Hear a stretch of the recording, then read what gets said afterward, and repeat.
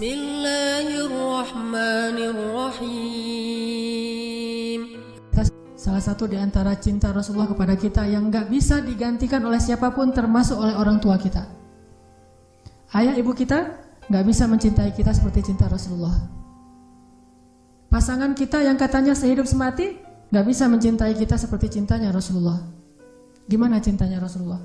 Nanti di padang mahsyar Allah Subhanahu wa taala berfirman, "Yauma yafirrul mar'u min akhihi wa ummihi wa abihi wa sahibatihi wa banihi likulli imri'in minhum yawma idzin sya'nun yughni." Hari ketika seorang ayah lari dari anaknya, seorang suami lari dari istrinya, istri lari dari suaminya, anak lari dari orang tuanya, pasangan lari dari pasangannya, sahabat lari dari sahabatnya. Likulli imri'in yawma idzin, pada hari itu semua orang sya'nun yughni, sibuk ngurus diri sendiri, kecuali satu orang. Semua orang, Nabi Adam, Nabi Nuh, Nabi semua anbiya dan semua manusia pada hari itu yawma idzin sya'nun yughni. Likulli imri'in minhum yawma idzin sya'nun yughni. Semuanya sibuk dengan diri sendiri. Udah lupa tuh, kita dikuburin satu liang lahat dengan pasangan sejati kita, tapi pas kita bangkit kita nggak akan lihat ke sebelah kanan kiri kita. Dia juga nggak usah kegeeran, dia juga akan melihat kita kok. Saya nggak akan lihat dia, tapi dia pasti ngelihat saya nih. Nggak usah GR, di hari akhirat tuh nggak perlu GR, karena dia juga nggak bakalan lihat, nggak akan ingat mau kita tuh. Kita lihat, misalnya kita manggil dia panggilan kesayangan kita, Beb, say gitu ya, say, gini panggil dia pergi aja tuh. Kenapa nih orang pergi? Jangan-jangan dia udah lupa ingatannya, belum balik, soalnya udah kelamaan tidur di dalam kubur gitu misalnya. Nah, likulli imri'in yawma idzin sya'nun yughni. Gak peduli, dia ngeliat kita. Dia tahu ini suami saya nih, dia tahu ini anak saya nih, dia tahu ini orang tua saya, dia tahu bahwa dia adalah kekasih kita adalah kekasihnya. Dia tahu, tetapi saking takutnya dia terhadap dirinya dan saking dia mementingkan dirinya, pada hari itu dia nggak peduli dengan kita. Bahkan na'udzubillah, kalau kekasihnya di sebelah diseret oleh malaikat, dia nggak akan nolong kita dia mah. Dia yang penting selamat, saya udah selamat. Kekasihnya ya terserah. Nanti kalau dia udah beres, baru nanti dia, itu juga gak semua orang bisa seperti itu. Tapi Rasulullah satu-satunya orang yang pada hari itu yang sangat sibuk, mondar-mandir, sibuknya luar biasa, cuma satu orang, Muhammad SAW. Itu sibuk banget. Gimana sibuknya Rasulullah? Ketika lagi di padang mahsyar, Rasulullah langsung mencari mana umatku. Dia cari, siapa kamu? Umat Muhammad. Sini. Siapa kamu? Umat Muhammad. Kumpulin semuanya umatnya. Kemudian Nabi sujud kepada Allah dengan sujud yang sangat lama. Sampai Allah mengatakan, ya Muhammad, bangkitlah dari sujudmu. Sal tu'tah, minta akan saya beri. Bangkit dari sujudmu. Ya Allah, saya tidak akan bangkit dari sujud saya sebelum saya mendapatkan apa yang engkau janjikan. Wahai Muhammad, minta. Ya Allah, berikan saya kesempatan untuk memberi minum kepada umat-umat saya. Mereka kehausan, ya Allah, kasihan mereka di bawah terik matahari. Akhirnya Allah mengatakan, ya Muhammad, ini telaga Al-Kautsar, beri minum kepada umatmu. Panggil, wahai umatku. Sampai Rasulullah ditanya oleh Fatimah, ya ayah, nanti di padang mahsyar kalau saya pengen ketemu ayah, ketemu di mana? Wahai Fatimah, sesungguhnya aku ada di telaga Kautsar dan memberi minum kepada setiap umatku. Datanglah ke telaga Kautsar. Rasulullah padahal dijamin masuk surga, surganya Firdaus. Ngapain tuh capek-capek ngurus, kita pergi aja ke surga Firdaus menikmati hidup. Tapi beliau gak rela, ditampakkan ke hadapan beliau, ini Firdaus, ini surgamu wahai Muhammad. Nabi Muhammad gak akan tersenyum sedikit pun. Beliau nanya, umatku di mana ya Allah? Ini Firdaus, umatku di mana ya Allah? Mereka di padang mahsyar, langsung balik lagi keluar dari surga. Coba keluar dari surga, cari, terus memberikan minum satu persatu. Bahagia banget ketemu umatnya tuh kayak ketemu kekasih lama, kasih minum. Setelah minum satu teguk, kita gak akan haus lagi selama-lamanya. Ketika seorang ayah, ibu, kekasih meninggalkan kita, Rasulullah mencari kita. Di mana fulan?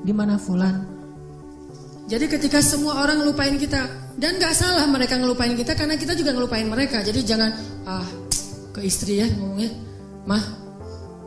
Mama, Papa gak akan cita-cita banget sama Mama. Kenapa Pak? Nanti Mama pasti akan ngelupain Papa. Enggak kok Pak, gak akan lupa. Kapan Pak? Nanti di akhirat. Oh iya, Papa juga gitu kan? Iya sih. Di situ emang semua orang saling melupakan, dan saling melupakan itu bukan karena Allah mencabut memori dan ingatan kita, karena memang kita mementingkan diri sendiri kecuali Rasulullah SAW. Di mana umatku ya Allah? Kasih minum satu-satu. Setelah dikasih minum, Rasulullah SAW sujud lagi. Ya Muhammad, kenapa engkau sujud? Sujudnya lama banget sambil menangis di hadapan Allah. Ya Rabbi, ya Rabbi, ya Rabbi. Terus Allah mengatakan, bangun ya Muhammad, aku berikan apa yang kau minta. Ya Allah, selamatkanlah umatku dari Sirat. Langsung Nabi meminta kepada Allah kayak gitu, kata Allah, maka tunggulah mereka di ujung Sirat. Nabi menunggu kita di ujung Sirat sambil mengatakan, Allahumma salim salim, Allahumma salim salim. Ya Allah selamatkan, ya Allah selamatkan. Maka yang amalnya banyak dia lewat. Ada juga yang jatuh ke dalam neraka. Rasulullah ketika tahu umatnya masih banyak yang di dalam neraka, langsung sujud lagi di hadapan Allah. Sujud yang sangat lama. Allah mengatakan, ya Muhammad, bangkitlah dari sujudmu, apa yang kau inginkan? Ya Allah, selamatkanlah seseorang dari api neraka yang di dalam hatinya ada iman walaupun sekecil biji kurma. Akhirnya kata Allah, selamatkan mereka yang ada iman sekecil biji kurma di dalam neraka. Nabi langsung pergi ke pintu neraka mencari umatnya. Wahai malaikat, cari umat saya yang ada iman sekecil biji kurma dan selamatkan mereka. Dikeluarin. Ketika ketemu dengan Rasulullah, mereka dalam keadaan habis disiksa luar biasa. Wajah mereka, tubuh mereka rusak parah. Rasulullah melihat mereka dengan air mata kasihan, memeluk mereka, dipersilakan masuk ke surga. Setelah selesai udah nggak ada lagi malaikat, udah nggak ada lagi. Balik lagi ke hadapan arasy Allah. Di bawah arasy Allah, Nabi sujud lagi yang lama. Dalam sujud lama itu kemudian Nabi menangis. Allah berkata, ya Muhammad, kenapa menangis? Ya Allah, selamatkanlah umat saya dari api neraka yang mereka di dalam hatinya ada iman sekecil biji jagung. Sekecil jagung. Kata Allah, aku izinkan. Akhirnya Nabi Muhammad lari lagi ke neraka. Wahai malaikat, keluarkan yang ada iman sekecil jagung. Keluar lagi sekian ribu, sekian juta umat Nabi Muhammad. Udah selesai semua, udah gak ada sisa. Balik lagi di bawah arasy Allah. Sujud lagi yang lama, nangis lagi sepanjang waktu yang cukup lama. Sampai Allah bertanya, ya Muhammad, bangkit. Apa yang kau inginkan ya Allah? Keluarkanlah umatku yang di dalam neraka, yang di dalam hatinya ada iman sekecil biji sawi, zarrah. Kata Allah, aku izinkan. Lari lagi ke neraka, selamatin lagi. Balik lagi, sujud lagi, ya Allah. Kata Allah, ya Muhammad, apa lagi ya Muhammad? Bukankah aku sudah menyelamatkan banyak dari umatmu? Ya Allah, demi kasih sayang yang engkau miliki, selamatkanlah umatku yang mereka tidak punya amal kecuali hanya mengatakan la ilaha illallah. Kata Allah, aku izinkan. Nabi Muhammad kemudian lari ke neraka menyelamatkan kita dengan seizin Allah.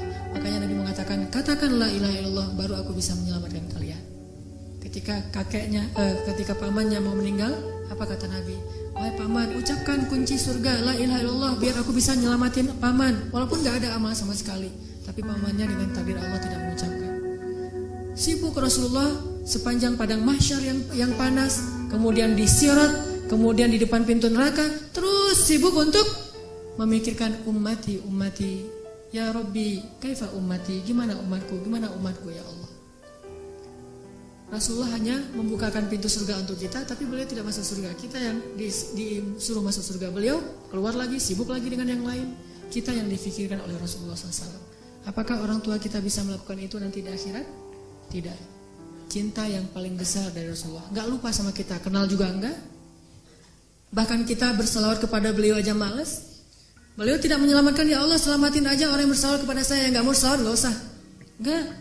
Yang ada iman sekecil zarrah, yang ada iman sekecil jagung, yang ada iman sekecil biji kurma, gak masalah, yang penting umatku ya Allah, selamatkan mereka. Sampai pernah orang kalau sakaratul maut itu kan sakitnya luar biasa ya. Dan kita tahu adegan sakaratul maut Rasulullah, apa yang beliau panggil? Ummati.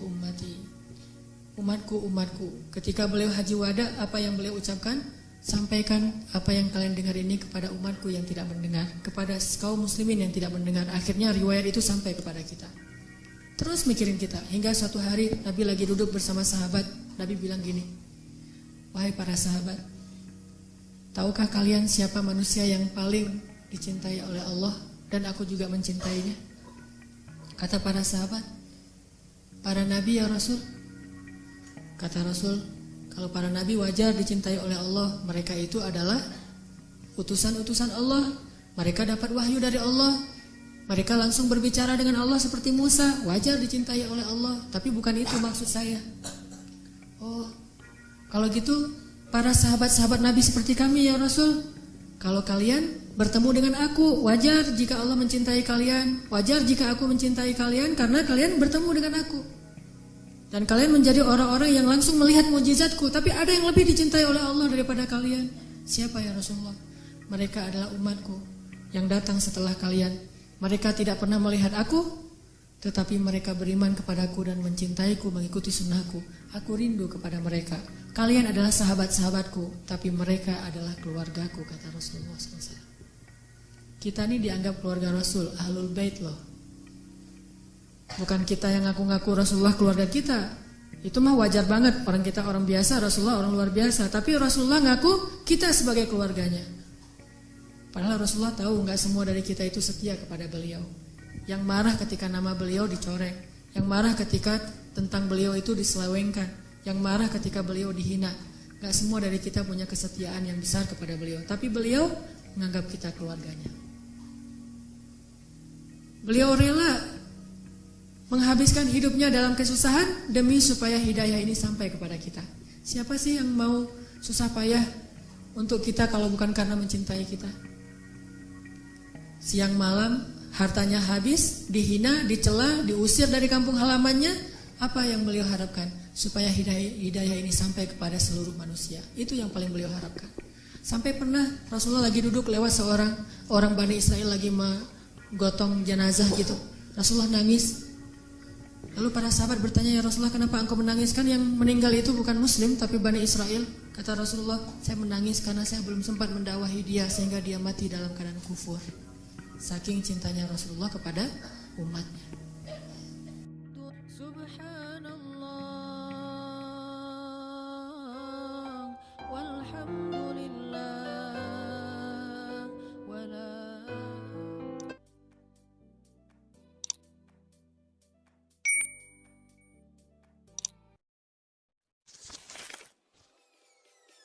Peace.